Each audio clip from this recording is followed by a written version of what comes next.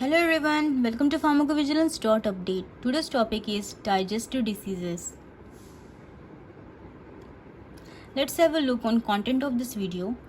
Gastroesophageal reflux disease, peptic ulcer disease and gastritis, stomach flu, gluten sensitivity and celiac disease, inflammatory bowel disease, irritable bowel syndrome, constipation, hemorrhoids, diverticular disease, gallstones.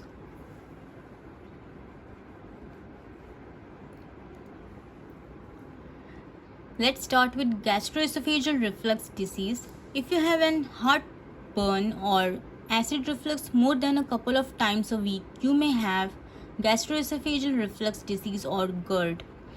The esophagus moves swallowed food down to your stomach. A ring of muscle that connects the stomach and esophagus, called as lower esophageal sphincter, that is less.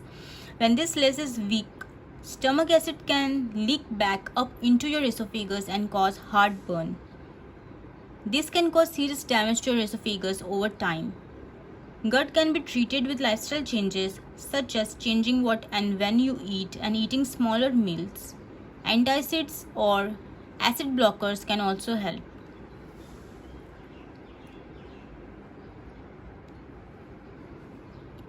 Peptic ulcer disease and gastritis. Peptic ulcer disease is an open sore in the lining of the stomach or upper part of the small intestine, while gastritis is inflammation of the stomach lining. These two conditions have similar symptoms, including stomach pain and nausea, and similar causes.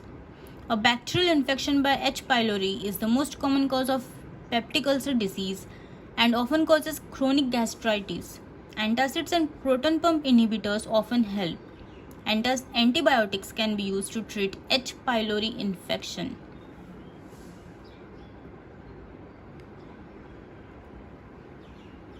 Stomach flu or gastroenteritis is an infection of the stomach and upper part of the small intestine. Common symptoms are diarrhea, vomiting, stomach pain and cramps. Rotavirus and norovirus, which affect millions of people every year, are often the cause. Gastroenteritis often clears up on its own, but you lose fluids through diarrhea and vomiting. Prevent dehydration by drinking water and electrolyte drinks.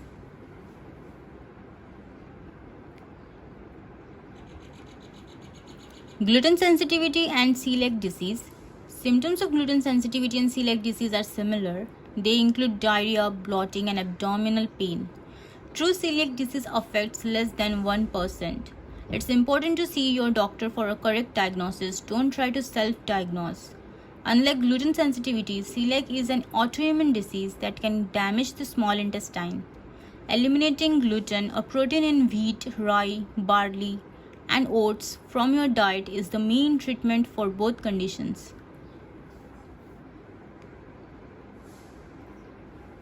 Inflammatory bowel disease refers to long-lasting inflammation in the digestive tract. Crohn's disease and ulcerative colitis are the two most common types of inflammatory bowel disease. These are autoimmune diseases, which means there is an abnormal immune system reaction. IBD causes irritation and swelling, resulting in diarrhea, abdominal pain, loss of appetite, fever, and weight loss. Crohn's disease mainly affects the end of the small bowel and the beginning of the colon. Ulcerative colitis affects just the colon and rectum.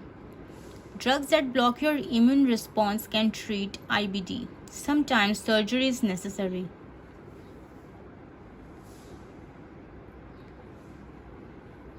Irritable bowel syndrome. People sometimes confuse IBS with IBD. IBS is abdominal pain that occurs at least 3 times a month for 3 months in a row.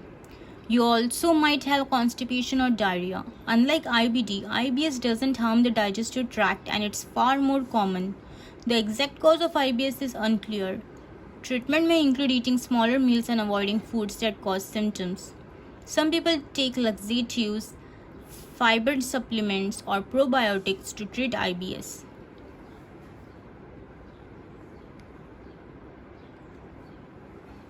Constipation. It is difficult or infrequent passage of stool. If you have bowel movements less than 3 times a week, you likely are constipated. A common cause of constipation is not getting enough fiber in your diet. The main symptom of constipation is straining to go. In most cases, increasing fiber, fluids, and exercise will solve this condition. Use laxatives only as a temporary solution. Hemorrhoids. These are painful swollen blood vessels in the anal canal. Symptoms include pain, itching, and bright red blood after a bowel room. Constipation and pregnancy are major causes. Hemorrhoids are common, with 75% of people older than 45 having them. It helps to avoid constipation by adding fiber and plenty of fluids to your diet. Try hemorrhoid cream, suppositories, or a warm bath to relieve pain and itchiness.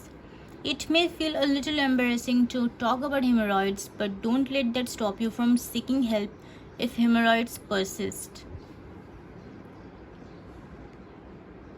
Diverticular disease. It includes diverticulosis. These are the small pouches that form in the wall of your colon and diverticulitis and become inflamed.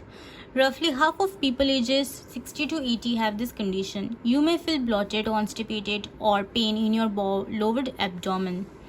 Treatment usually includes changing what you eat. If you have bleeding from your rectum, see your doctor right away. You may need antibiotics, a liquid diet, or even surgery to treat diverticulitis. Gallstones. The gallbladder is an organ attached to your intestine that stores bile, a digestive juice. Bile can form small, hard deposits called gallstones. Some gallstones don't cause symptoms and go away on their own. Others can cause severe pain or infection. You may also have nausea, vomiting, and fever. Surgery is the usual treatment for gallstones that cause these gallbladder attacks. That's it for this video, guys. I hope you like this video. Thank you.